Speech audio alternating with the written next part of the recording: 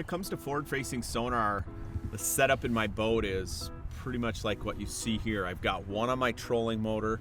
I also have one on a pole back here. The reason I like to have two units is if you only have one on your trolling motor, it's really difficult to spot lock. Then you lose your feature of being able to see fish. Also, when I'm driving and I'm just scanning, it's nice to be able to have one on a pole right at the helm where I'm sitting here, I can look for fish and then boom, I just reach over to my remote, hit my spot lock as soon as I find those fish. Now, you know, we're crappie fishing today, so we're moving constantly as this school is moving up and down along this break line and in the weeds. But when it comes to settings on my forward-facing sonar, you can see I have mine set at about 80 feet. I also like to adjust my depth as we kind of drop off or get shallower without using the automatic feature. So I'm manually changing my depth range. I think that's important because if you're on auto and you're on a sharp break, that thing's gonna change a lot. There's sort of a delay there. Whereas if you can do it manually, you can get that dialed in pretty quickly. The reason I like the 80-foot setting as far as 80 feet out is it really paints the best picture.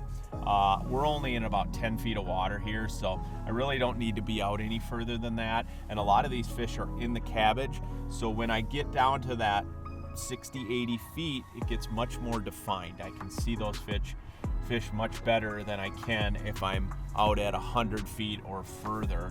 Now, if you're in a little bit deeper water or in a basin situation, it's fine if you want to zoom out a little ways just to find fish. But when you're in shallow water situations where you've got vegetation, timber, something like that where the fish can hide behind, I like to zoom into that 60 or 80 feet. So here's my forward range. Okay, if I go to 60, see how much more defined that is than even 80? And then if you zoom out to 100, you see how fine those marks get? And that's fine if you're scanning, but if I really want to know size, I'll kind of keep that at 60 or 80 feet out on my forward-facing range. And you can really, those fish really show up. See all the vegetation here? These fish are swimming around inside that vegetation. I want to be able to see those fish as they're moving in the water column. And then as far as range, you know, down range, if I'm in auto, it's going to be constantly adjusting my range. So I'm going to do that myself. I'm in 8 feet of water, so I'm going to keep it in the 10-foot range.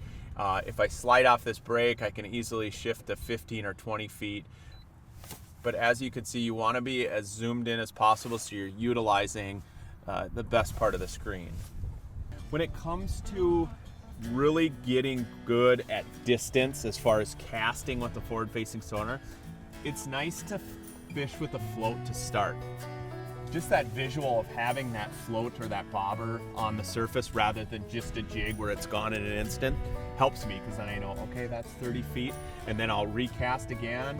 I see some fish out, let's say at 35 or 40 feet, I can throw that bubble or that float out there and watch my jig head fall down, and then I know exactly how far to cast out next time I'm not using a float. Like right now I've got fish that are 30 feet out, so I'm gonna cast what I think is 30 feet, okay, and then I'm gonna watch it on the screen. I'm gonna watch my bait come down. I'm actually at 32 feet right now. I can see where my float is, so then I get good at judging my distances. If I'm using that float, then I get really good at figuring out how far that bait is. You know, because it's 30 feet sonar, 30 feet if you will. It's not 30 feet like you would think of on a tape measure. And so by using that float, that's really helped me as far as getting accurate on casting distances on your forward-facing sonar. What I like about this one that's on the arm back here is I can kind of scan as I go using it almost like side imaging. And I want to find these fish before we roll over the top of them. In the spring, these fish are so spooky that if you get anywhere near them, you'll blow them out of an area. So if I can just drive slow and scan, and then I can stop before I get to like that 50-foot mark, I can usually get on top of those fish. But I'm just scanning these weed beds. I'm looking for this tall, standing cabbage is ideal. That's gonna hold a lot of heat, some cover for these fish. They're gonna gravitate towards those areas. There's some deeper water adjacent. As you can see, we're starting to drop off here. It's 16 feet. It comes up really quickly into these cabbage beds. So I'm just gonna scan all these beds until I find these fish. There's some, see them out here? Okay, so what I'm gonna do is I'm gonna stop the motor. I got fish about 50, 60 feet ahead of the boat. I'm actually gonna back up here a little bit because when I spot lock, that boat's gonna shift around. I don't wanna spook those fish. So crappies are extremely spooky in the spring like this. So I try to keep my boat at least 50 or 60 feet off these fish. That way we're not gonna bump them. And they're gonna move on their own. You know, there's times where you get on them, you pull a fish out of there, they're gonna move around. So it's nice to be able to kind of spot lock, catch a few of these before they move. These are decent. Nolan, you might want to swing around here and just cast to my right. The boat's gonna swing around. They're coming up to my bait right now. Look, they're right on it.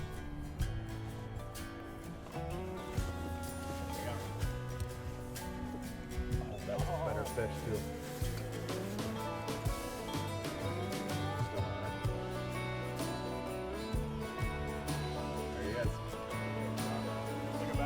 Yeah, I love how they stand that bobber up. Yeah, that was a lot better bite than bluegill. Oh yeah. There's a better fish. Much better one. There you go. Look at that.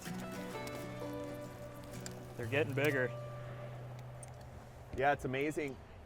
Where we started was just about 2 feet shallower, and then we shifted out to this deeper cabbage, and that's the first one's the biggest fish of the day. Yeah, and these ones are basically the bigger fish are just staging up to move in there. By this afternoon, they'll probably be up in that whole party that we were just in.